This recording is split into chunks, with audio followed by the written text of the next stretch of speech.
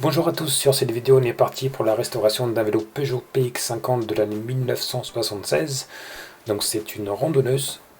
Donc voilà, il est sorti en 1960, voilà le modèle de l'époque. En 1963 il a légèrement évolué, mais on retrouve le même look. Garde-boue avant, arrière, éclairage, bien équipé. 10 ans après, quasiment 10 ans après, donc on le retrouve ici, toujours à peu près le même look. Et donc voilà celui que j'ai récupéré. Vu l'état, il a dû passer au moins 10 voire 15 ans au fin fond de ce local à vélo, un peu abandonné. Donc en faisant un peu de recherche, j'ai retrouvé la fiche descriptive de l'époque. Donc c'est un vélo qui est présenté comme un modèle quand même haut de gamme, en randonneur grand luxe même, inoxydable, donc 10 vitesses, et sur deux plateaux, éclairage avant-arrière, porte-bagages avant-arrière, garde-boue, tout ce qu'il faut. On va essayer de lui rentrer un petit peu de sa jeunesse. Alors pour les produits utilisés, voilà, de l'ordre d'utilisation, on va partir sur un nettoyage en profondeur avec un dégraissant métaux et un nettoyant salle de bain standard, on va dire. Ensuite, pour enlever la rouille, une éponge abrasive. Et ensuite, pour nettoyer le cadre, tout ce qui est peinture et chrome, un nettoyant auto standard. Et ensuite, finalement, de la graisse et de l'huile pour le graissage. Alors voilà le résultat. Donc au niveau des chromes, on n'est pas trop mal, ça brille, on n'y a pas trop de coups. Au niveau de la peinture, bon c'est un vélo qui a quand même 44 ans, donc qui a quand même bien été utilisé. Donc on reste avec quelques petites rayures, mais on a quand même eu un beau résultat. Étape suivante, démontage de la roue arrière pour pouvoir graisser les roulements habillés. Alors voilà, démontage de l'axe avec des clés spécifiques pour le coup.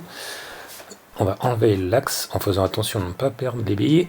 Donc on constate que la graisse est toute sèche, probablement jamais démontée.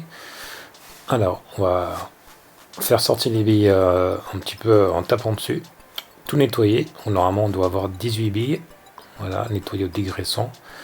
Nettoyer bien l'intérieur de l'axe, pareil la vieille graisse. Et on va remettre ici une graisse toute neuve, une graisse standard pour le coup. D'abord mettre la graisse à l'intérieur dans l'emplacement et ensuite les billes une par une grâce à une petite pince. Et les résultats est flagrant, ça roule super. Étape suivante, nettoyage de la jante avec l'éponge abrasive. Et ensuite nettoyage au lustrant auto. Nettoyage du serrage rapide, pareil qui est un peu attaqué par la rouille, pareil à l'éponge abrasive. Donc là il faut y aller un petit peu parce que c'est quand même assez rouillé. Et on va voir ce qu'on peut avoir à la fin. C'est pas trop mal, résultat final, pas mal. Voilà. Et voilà, donc l'étape suivante, ça va être le remplacement des pneus, chambre à air et fond de jante.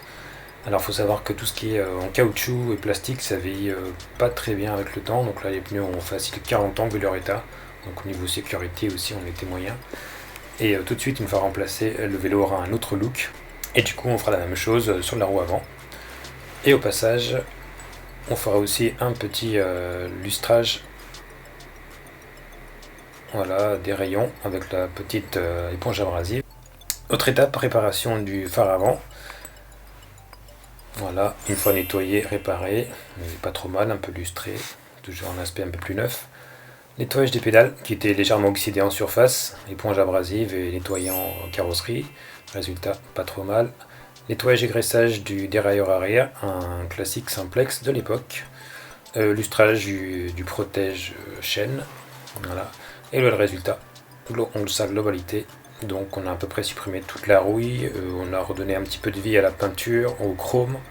Donc on n'est pas trop mal. Surtout si on compare à ce qu'on avait au début.